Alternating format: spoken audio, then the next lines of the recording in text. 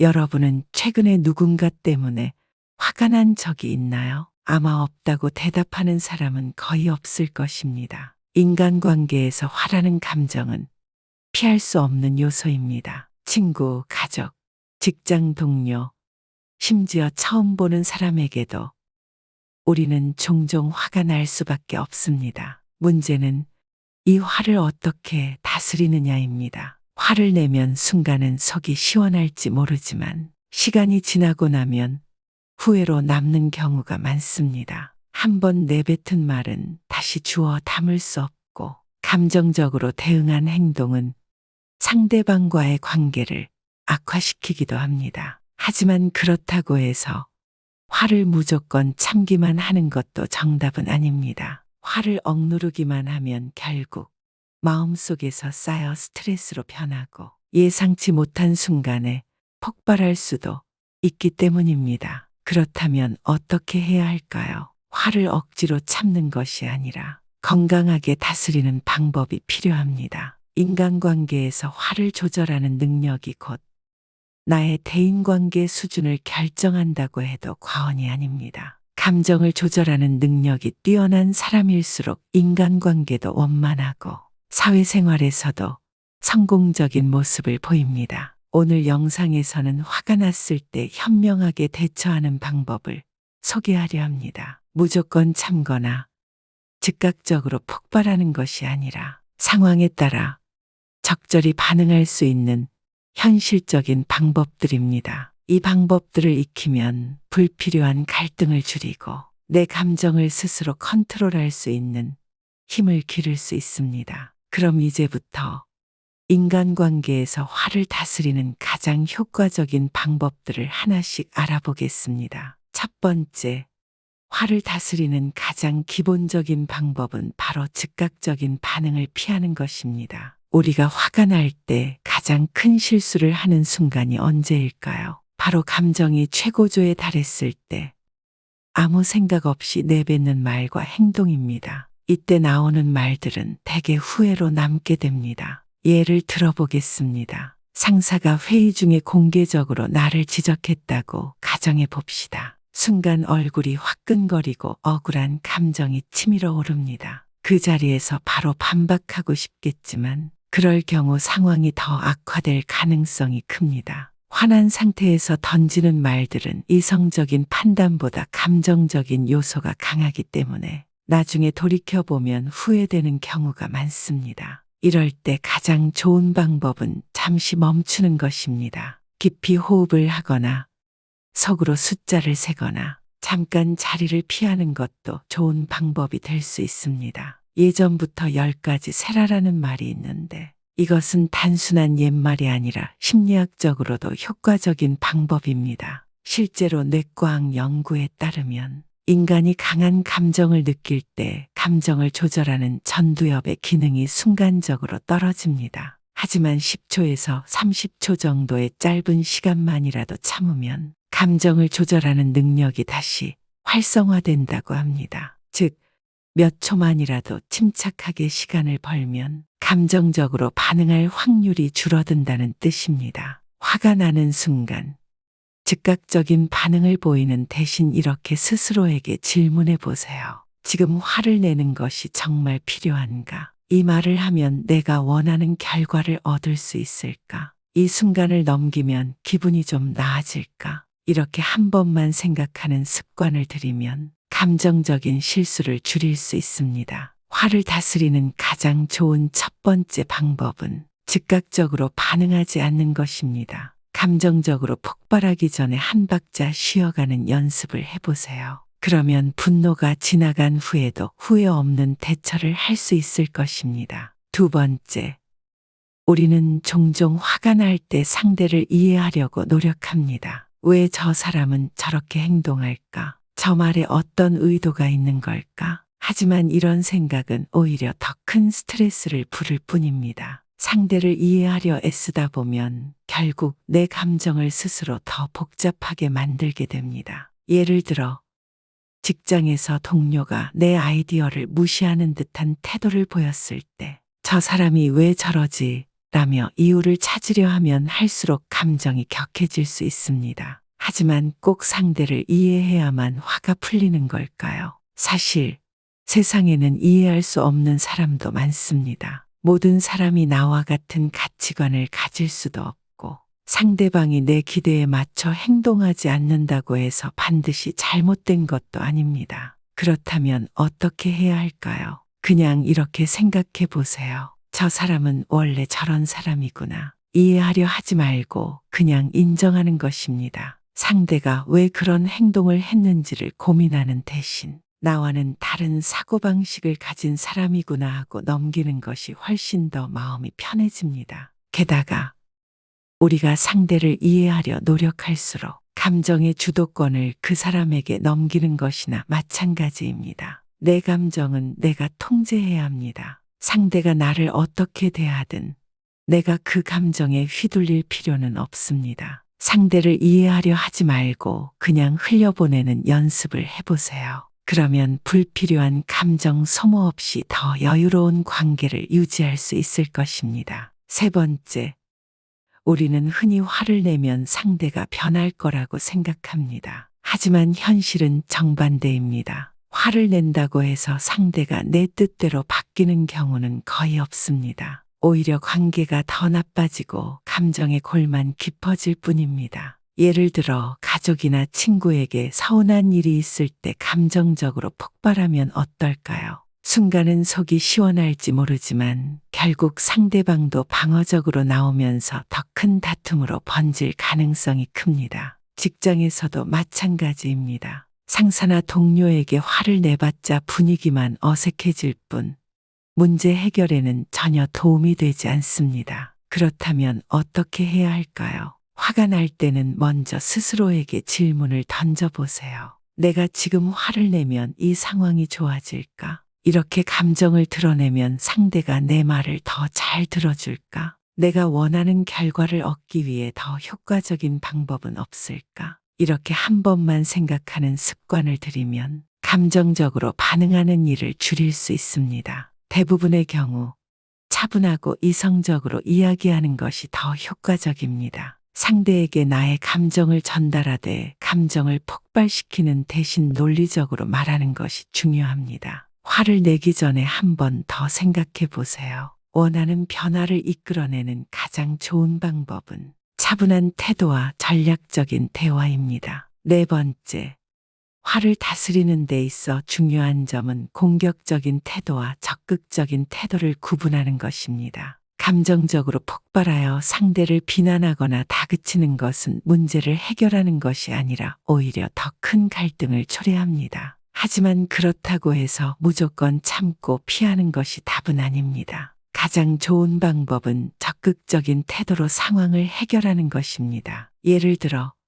직장에서 동료가 내 공을 가로챘을 때 화가 나는 것은 당연합니다. 이때 도대체 왜 내 아이디어를 가져갔어? 라고 공격적으로 따지는 대신 아까 회의에서 나온 아이디어는 원래 내가 준비했던 내용인데 다음번에는 함께 논의하는 게 좋겠어. 라고 차분하지만 단호하게 말하는 것이 훨씬 효과적입니다. 공격적인 태도는 상대를 방어적으로 만들지만 적극적인 태도는 내 입장을 명확히 전달하면서도 상대와의 관계를 해치지 않는 방법입니다. 감정을 앞세우기보다는 사실을 바탕으로 이야기하고 원하는 방향을 제시하는 것이 중요합니다. 화를 내기 전에 이렇게 생각해 보세요. 이 상황을 해결하기 위해 나는 어떻게 말하는 것이 가장 효과적일까? 감정이 아닌 해결책을 중심으로 대화를 하면 훨씬 더 성숙한 방식으로 문제를 풀어갈 수 있습니다. 다섯 번째,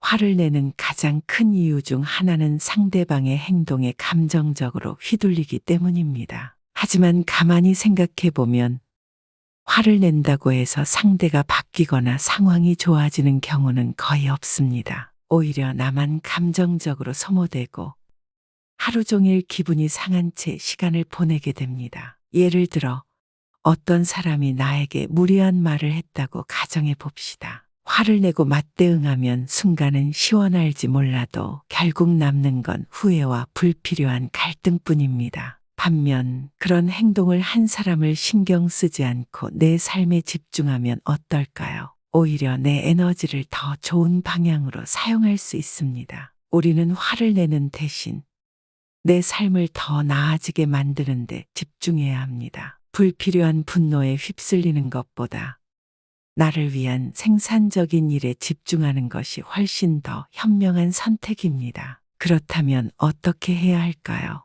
기분 나쁜 말을 들었을 때 저 사람은 원래 저렇구나 하고 넘기세요. 불필요한 논쟁을 하기보다는 더 나은 방향으로 에너지를 쓰는 것이 중요합니다. 결국 내가 행복하고 성공하면 상대의 무례함도 더 이상 신경 쓰이지 않게 됩니다. 화를 낼수록 손해를 보는 건 나 자신입니다. 그러니 상대에게 감정을 빼앗기지 말고 내가 더 잘 사는 데 집중하세요. 그것이 가장 현명한 대처법입니다. 6번째, 많은 사람들이 화가 날 때 이렇게 생각합니다. 저 사람이 변하면 내가 화를 안 낼 텐데. 하지만 현실적으로 다른 사람을 바꾸는 것은 거의 불가능합니다. 오히려 바꿀 수 있는 것은 나 자신뿐입니다. 예를 들어 직장에서 늘 부정적인 말을 하는 동료가 있다고 가정해 봅시다. 매번 그 사람의 말에 화를 내고 감정적으로 반응하면 결국 내 기분만 상하게 됩니다. 하지만 내가 그 말을 대하는 태도를 바꾼다면 어떨까요? 그 사람이 부정적인 말을 해도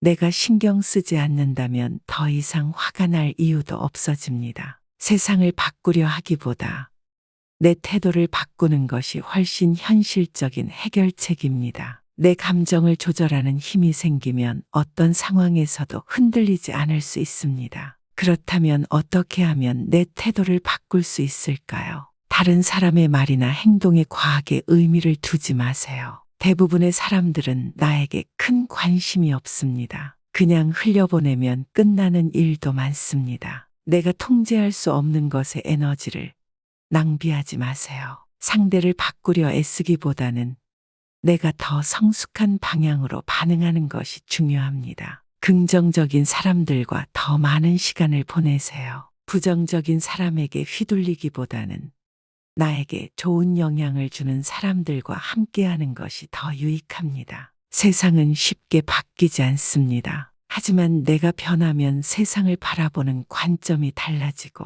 불필요한 화도 사라지게 됩니다. 7번째, 우리는 종종 나와 맞지 않는 사람에게 더 신경을 쓰고 정작 가까운 사람들에게 소홀해지는 실수를 합니다. 불편한 사람과 잘 지내보려 애쓰느라 정작 나를 아껴주는 사람들에게는 충분한 관심을 주지 못하는 경우가 많습니다. 예를 들어 직장에서 자꾸 나를 무시하는 동료에게 신경을 쓰느라 스트레스를 받는다면 오히려 나를 응원해주는 동료와 더 많은 시간을 보내는 것이 현명한 선택입니다. 굳이 나와 맞지 않는 사람에게 에너지를 쏟기보다 나를 진심으로 아껴주는 사람들에게 집중하는 것이 훨씬 더 가치 있는 일입니다. 그렇다면 어떻게 해야 할까요? 굳이 모든 사람과 잘 지내려 애쓰지 마세요. 모든 사람과 좋은 관계를 유지하려 하면 오히려 내 감정이 지쳐버립니다. 나를 소중히 여기는 사람에게 더 집중하세요.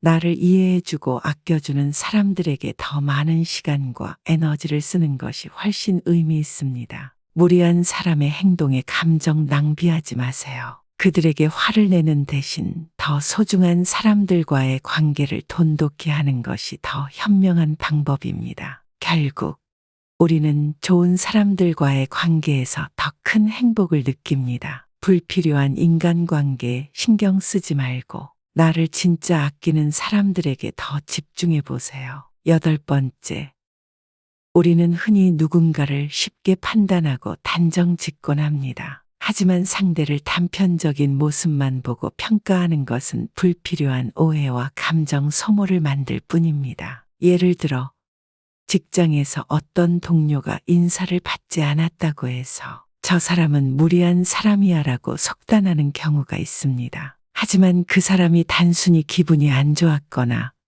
정신이 없어서 그럴 수도 있습니다. 우리가 보는 것은 그 사람의 일부일 뿐 전체를 아는 것은 아닙니다. 사람은 끊임없이 변하는 존재입니다. 오늘 실수한 사람이 내일 더 나은 사람이 될 수도 있고, 반대로 오늘 좋은 인상을 줬던 사람이 실망을 줄 수도 있습니다. 그렇기 때문에 감정적으로 상대를 함부로 평가하고 화를 내기보다는 한 발 물러서서 바라보는 여유가 필요합니다. 그렇다면 어떻게 해야 할까요? 상대의 행동을 너무 단정 짓지 마세요. 우리가 아는 것보다 더 많은 사정이 있을 수도 있습니다. 일시적인 감정으로 사람을 판단하지 마세요. 순간의 실수로 상대를 규정해버리면 나중에 후회할 수도 있습니다. 조금 더 열린 마음으로 바라보세요. 사람을 있는 그대로 받아들이면 불필요한 감정 소모를 줄일 수 있습니다. 결국 상대를 평가하고 화내는 것보다 이해하고 넘기는 것이 내 마음을 지키는 길입니다. 9번째, 누군가에게 상처를 받으면 자연스럽게 분노와 원망이 생깁니다. 하지만 그 감정에 사로잡혀 있을수록 결국 고통을 받는 건 나 자신입니다. 상대가 사과하지 않거나 자신의 잘못을 인정하지 않더라도 우리는 그 사람을 마음속에서 놓아줄 필요가 있습니다. 예를 들어 오랜 친구에게 배신을 당했다고 생각해 봅시다. 그 일로 오랫동안 분노하고 상처받으며 살아간다면 결국 힘든 건 나 자신뿐입니다. 상대방은 이미 자신의 삶을 살아가고 있을 가능성이 큽니다. 내 감정을 지키기 위해서라도 과거의 상처에서 벗어나야 합니다. 그렇다면 어떻게 해야 할까요? 과거의 일에 얽매이지 마세요. 이미 일어난 일을 계속 떠올리면 나만 힘들어집니다. 상대를 이해하려 애쓰지 마세요. 10번째,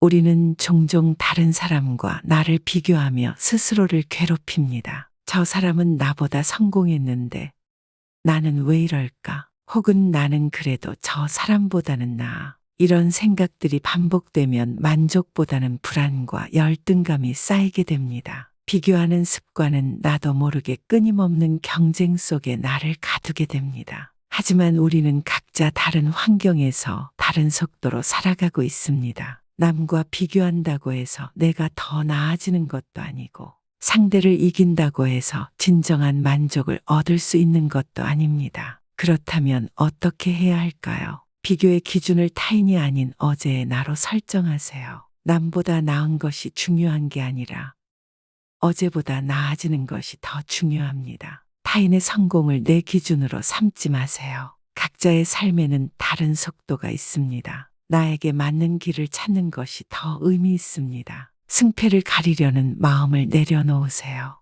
인생은 경쟁이 아니라 나만의 목표를 향해 나아가는 과정입니다. 다른 사람과 비교할수록 불행해지고 나 자신과 비교할수록 성장할 수 있습니다. 승패를 가리려는 마음을 버리고 내 속도에 맞춰 나아가세요. 왜 그런 행동을 했을까 고민하는 대신 그냥 흘려보내는 것이 더 현명합니다. 용서는 상대를 위한 것이 아니라 나를 위한 것입니다. 용서한다고 해서 그 사람이 바뀌는 것은 아닙니다. 하지만 내가 자유로워질 수 있습니다. 과거의 상처를 놓아줄 때 우리는 비로소 더 나은 미래로 나아갈 수 있습니다. 상대에게 묶여있는 감정을 정리하고 나 자신을 위해 앞으로 나아가세요. 11번째, 같은 상황이라도 어떻게 받아들이느냐에 따라 감정이 완전히 달라집니다. 문제는 상황 자체가 아니라 내가 그것을 바라보는 관점입니다. 관점을 바꾸는 것만으로도 불필요한 화를 줄이고 더 긍정적인 태도로 살아갈 수 있습니다. 예를 들어 길에서 누군가 나를 툭 치고 지나갔다고 가정해 봅시다. 저 사람이 나를 무시하나? 라고 생각하면 화가 날 수밖에 없습니다. 하지만 급한 일이 있었나 보네 라고 생각하면 기분이 훨씬 가벼워집니다. 우리가 일상에서 겪는 많은 감정은 사실이 아니라 내가 해석한 결과입니다. 부정적인 해석을 하면 스트레스가 쌓이고 긍정적인 해석을 하면 마음이 편안해집니다. 그렇다면 어떻게 하면 관점을 바꿀 수 있을까요? 감정이 앞설 때 한 걸음 물러서서 생각해 보세요. 당장 화를 내기보다 다른 시각에서 바라보면 해결책이 보입니다. 부정적인 해석을 하기 전에 긍정적인 가능성을 떠올려 보세요. 오해에서 비롯된 감정일 수도 있습니다. 모든 상황이 내 감정을 흔들 이유는 없습니다. 내가 상황을 어떻게 해석하느냐에 따라 감정은 달라질 수 있습니다. 결국